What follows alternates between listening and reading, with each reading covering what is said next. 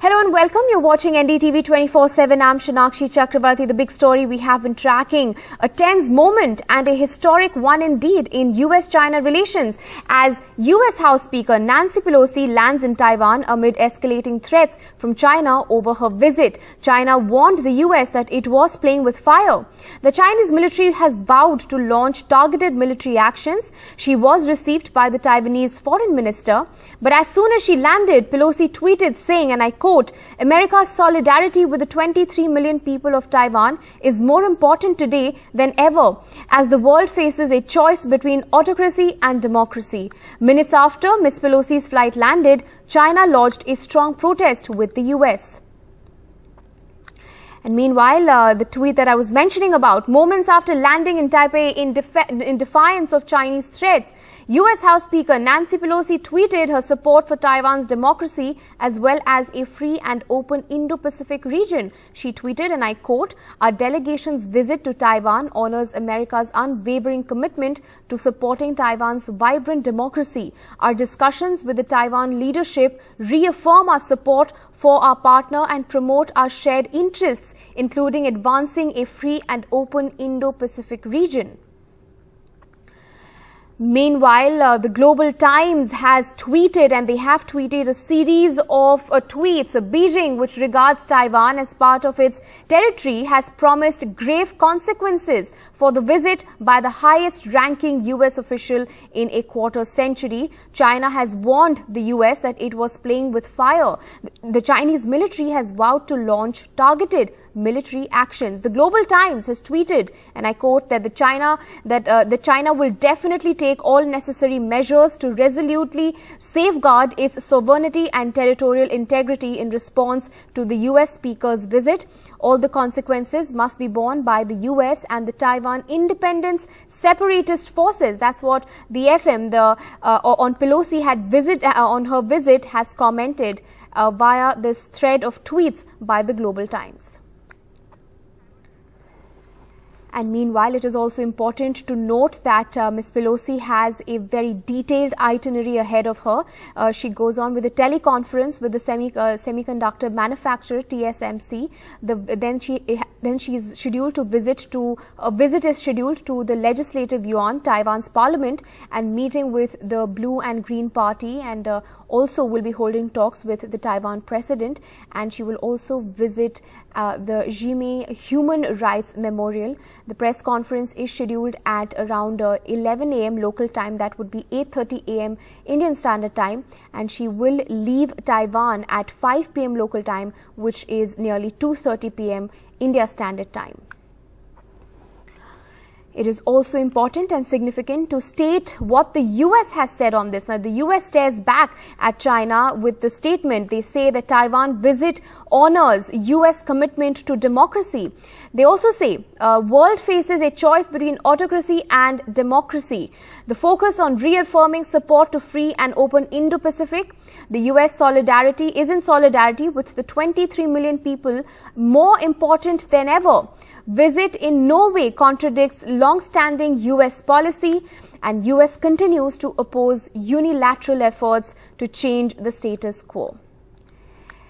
Meanwhile, China has also lodged a strong protest on this. The US visit is a serious violation of One China principle. It says severe impact on China-US relations. That's what they've commented on Ms. Pelosi's visit. They've also said, and I quote, "It infringes upon China's sovereignty, territorial integrity, and it also sends a wrong signal to separatist forces." China has made serious démarche and strong protest. Taiwan is an inalienable part of China's territory. The US is obliged to strictly observe One China policy. Pelosi's visit is a major political provocation, and Taiwan is purely an internal affair of China.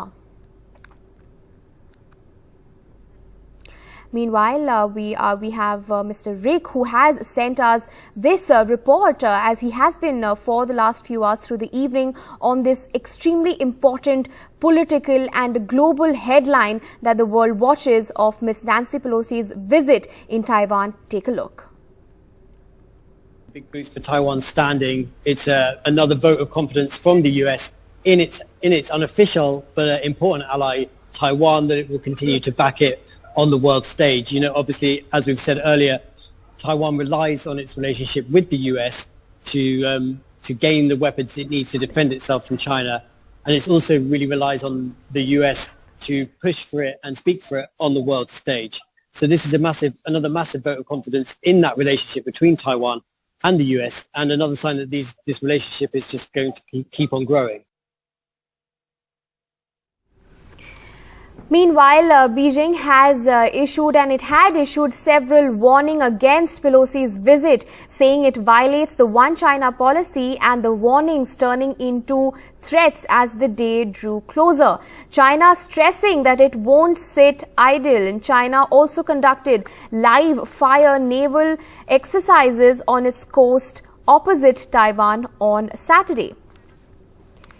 And amidst this escalating tension, Taiwan has been preparing for the worst. The military held what is its annual multi-day Han Kuang drills, but amidst concerns of China using its might against Taiwan, and air raid sirens were also sounded in Taipei, and joint air and sea exercises and mobilization of tanks and troops were also seen last week. The police had directed people to shelters when a siren went off shortly after lunchtime, and streets were emptied and shops were closed. And also a U.S.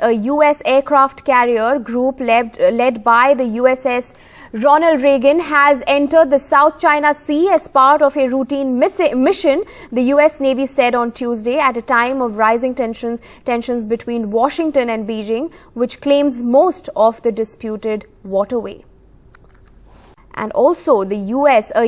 aircraft carrier group led by the USS Ronald Reagan has entered the South China Sea as part of a routine mission, the U.S. Navy said on Tuesday, at a time of rising tensions between Washington and Beijing, which claims most of the disputed waterway. U.S. warships have also passed through the South China Sea with increasing frequency in recent years in a show of force against the Chinese claims. Well, the rupee bounces back and gained for the fourth straight session on Tuesday, and gained significantly to well below 79 per dollar, driven largely by significant reversal in foreign capital inflows and a weaker dollar. For a change, we have good news for the economy. Rupee has recovered and it has hit a one-month high of 78.71 per dollar. Rupee has strengthened after weakening to 80 rupees per dollar in July. Remember, on July 19th, Rupee had hit 80 per dollar. So our currency is close to 2% up since then, but it's still down over 6% this year. But the 78 per dollar level was last only seen in the month of July, at the end of July. Now, what are the reasons for the recovery? Three primary ones. Number one, foreign investors are returning to India, and that's boosting the rupee. Even today, foreign investors invested net 5,346 crore rupees in Indian equities. July was in fact the first month since October last year when foreign investors put money in Indian markets instead of withdrawing it. Foreign investments and currency leaving India were taking the demand and the price of the rupee down, and now that they're back, the rupee is bouncing back again.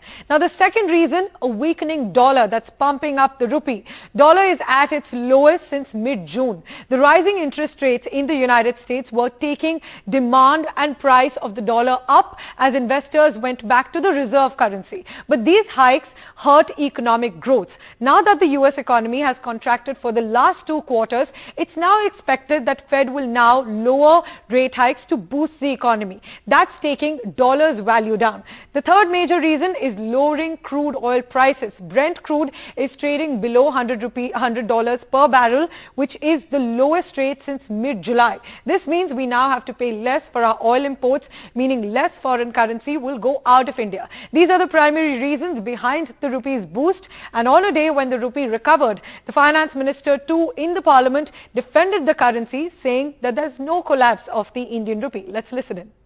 There is no collapse of the rupee. I'm just picking up on what the honourable member has said. Indian rupees fluctuations are more versus the dollar, the US dollar.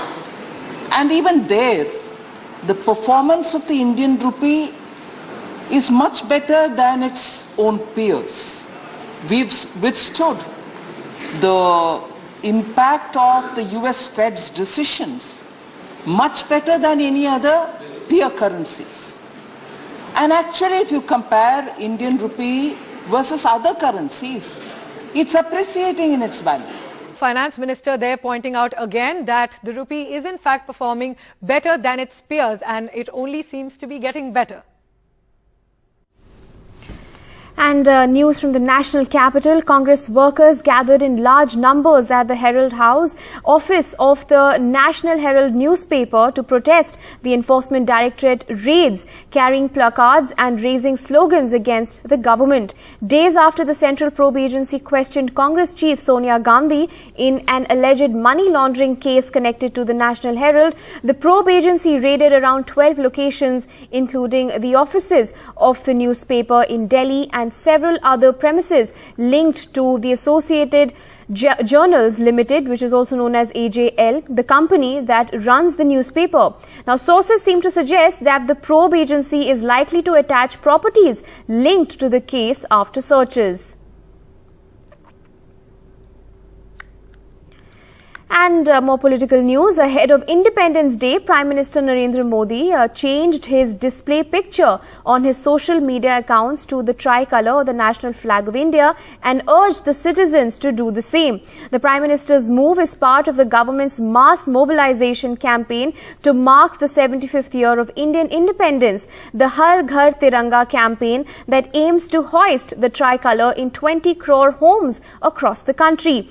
This also means a major demand for the flag across states and manufacturers struggling to keep up.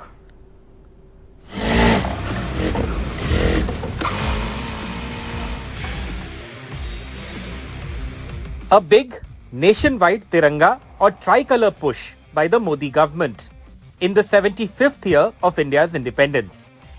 From Twitter DP changes to this underwater flag demo by the Indian Coast Guard. इस movement का हिस्सा बनकर 13 से 15 अगस्त तक आप अपने घर पर तिरंगा जरूर फहराएं या उसे अपने घर पर लगाएं। तिरंगा हमें जोड़ता है, हमें देश के लिए कुछ करने के लिए प्रेरित करता है। But the opposition has criticized the program. The Congress's Jairam Ramesh tweeted, alleging it took the RSS 52 years to hoist the tricolour. This tweet by Telangana Minister K.T. Rama Rao mocked the Modi government, alleging the government had opted to import national flags from China, despite talk about Make in India. The Modi government, though, is unfazed by the criticism. Union Minister Kishan Reddy visited the native village of Pingali Venkaya, who had designed the Indian flag. మొత్తము అన్ని khadi industries కి అందరికీ ఇచ్చాము order, కానీ ఇన్ని జెండాలు ఖాదీ ద్వారా తయారు కావు. మీరు అర్థం చేసుకోవాల్సింది ఏంటంటే ఇన్ని కోట్ల జెండాలు మనకున్నటువంటి ఖాదీ ద్వారా తయారు కాలేవు. చేయలేదు, సంవత్సరం చేయలేదు, ఈ మధ్యనే. In Uttar Pradesh, India's most populous state, it's a race against time for manufacturers from big government units to small self-help groups to keep up with the Adityanath government's 2 crore flags order. That will cost 40 crore rupees. सरकार ने हम जो पश्चिम UP है उसकी जिम्मेदारी हमें दी है। उन्होंने कहा है कि आप जैसे शामली है, बागपत है, मेरठ है, मुजफ्फरनगर है और उसके बाद गाजियाबाद है, नोएडा है, ये सब जो सारे एरियाज हैं, इन सब की उन्होंने एक सूची दी है जिसके अंदर 3 लाख, 4 लाख, 2 लाख, 5 लाख झंडे ऐसे देने का उन्होंने एक 25 लाख पीस की सूची दे दी जो हम सबको डिलीवर करा रहे हैं। तो वो हम उस समय पे डिलीवर हो जाए ताकि वो लोग सब आगे डिस्ट्रीब्यूट गांवों में जहाँ करना कर दें और हर घर झंडा जो है ना वो कराया जाए। In Assam and Haryana, both BJP ruled states, there is a big push too. Haryana is stocking flags even in ration shops, while Assam says it will hoist a record 80 lakh plus flags across the state. With Uma Sudhir and Bureau Inputs, this is Alok Pandey, Ndtv. And down south, Kerala rains have resulted in flooding in some parts of the state and its neighbouring areas as well. On Tuesday, the internet took notice of an elephant battling strong currents of the Chalakudi River in Thrissur district. The elephant could be seen almost fully submerged and struggling for survival. But in the end, the elephant was able to come out of the tense situation and save itself.